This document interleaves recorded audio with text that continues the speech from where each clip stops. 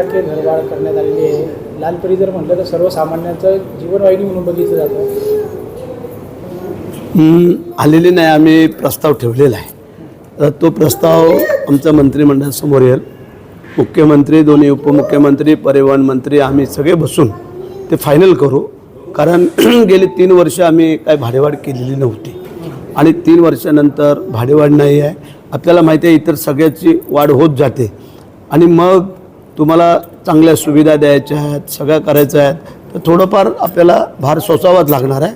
कारण आता आम्ही सगळ्या नवीन गाड्या आणतो आहे, ज्या लालपऱ्या जुन्या झालेल्या आहेत त्या बदलून आता आम्ही नवीन गाड्यांची खरेदी चालू आहे।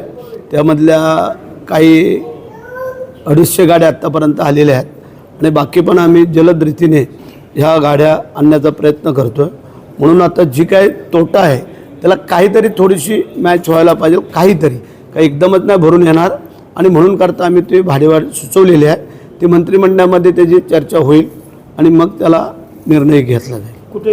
कुठेतरी जे सवलती दिलेल्या आहेत, महिलांना 50% सवलत भाड्यात दिली, त्याचा बोजा वाढला आहे असं वाटतं आपल्याला? नाही, असं काही नाही आहे। जी सवलत दिली म्हणून आम्ही हे करतो आहे यातला भाग नाही आहे। कारण दर काही वर्षामध्ये ते थोडंफार करावंच लागतं। कारण कामगार वर्ग ह्यांना सगळ्यांना बोनस देणं, पगारवाढ करणं, हे सगळं आपण म्हणतो। आता आपण 6-6.5 हजाराची पगारवाढ केली म्हणजे तो परत बोजा वाढतच गेला। तर अशा प्रकारे थोडंफार हे करणं गरजेचं असल्यामुळे ते आम्ही मांडलेला आहे प्रस्ताव। तर त्याच्या आता मीटिंगमध्ये चर्चा होऊन तो आम्ही काय करायचं ते ठरवू। लाडकी बहीण योजनेचा पण बोजा वाढतो आहे, त्याच्यामुळं आता STची भाववाढ, मद्य धोरण, जे लोकांच्या आवडीचे विषय नाही ते विषय आता परत नाही, लाडक्या बहिणीचा आणि ह्यांचा काय त्याच्याशी हे जण आहे विषय।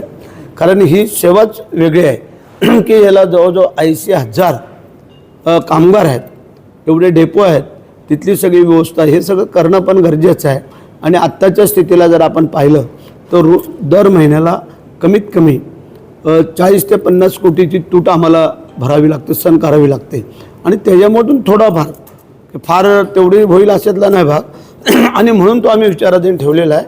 पण तो मंत्रिमंडळाच्या समोर चर्चेला येईल। साहेब, 15 दिवस झाले शपथविधी होईल, 15पेक्षा जास्त दिवस झालेले आहेत। 15 कॅबिनेट मंत्री आणि 5 राज्यमंत्री जे आहेत त्यांनी अजूनही पदभार स्वीकारला नाही, त्याच्यात आपणही आहात। आम्ही सगळे स्वीकारतो आहे, कोणाला स्वीकारू नये असं वाटतंय का? परंतु हाफिजची थोडीशी डागडुजी, इतर काय कारणं त्याच्यामुळे ते थोडं राहिलं आहे। पण आता हे 1 तारखेच्या दरम्यान हे चार्ज सगळे घेतले जातील। 16 वर्षानंतर तुम्हाला मंत्रिपद मिळालेलं आहे, तुम्ही आनंदी आहात। मात्र काही मंत्री जे आहेत ते नाराज आहेत, त्यामुळे पदभार स्वीकारला जात नाही असंही बोललं जातं। नाही, असं काय नाही। आता सगळ्यांना जर मर्जी ती बोलल्यानंतर कसं काय होणार? मग बाकीचे कोणी घ्यायचे? त्याच्यामुळे जे काय झालेलं आहे ते चांगलं झालेलं आहे। मंत्री होणं हा पहिला मुद्दा आहे। चांगल्या खात्यासाठी जर तुम्हाला मंत्रिपद हवं असेल तर मग ते आम्ही चुकीचं समजतो। कारण जे मंत्रिपद, आता आम्ही 15 लोक लाईनीत आहोत, 15च्या 15 लोकांनी जर 2-3च खात्यावरती जर मागणी केली तर कसं काय शक्य होणार नेत्यांना? म्हणून ज्याला जसं जसं दिलं आहे त्यांनी त्याप्रमाणे काम करावं आणि त्याच्यामध्ये नाव करावं। जर तुम्ही जर त्याप्रमाणे जर काम नाही केलं तर तुमचं नाव कसं होईल? मग जर काही लोकांचं जर अशी वेगळी अपेक्षा असेल तर ती बरोबर नाही। 2.5 वर्षाचा जो पर्याय निघालेला आहे, कुठेतरी नाराजी थांबवण्यासाठी? नाही, नाराजी थांबवण्यासाठी असं काही नाही आहे। 2.5 वर्ष आता प्रत्येकाने संघटनेसाठी काम केलं आहे, निवडून आलेल्या।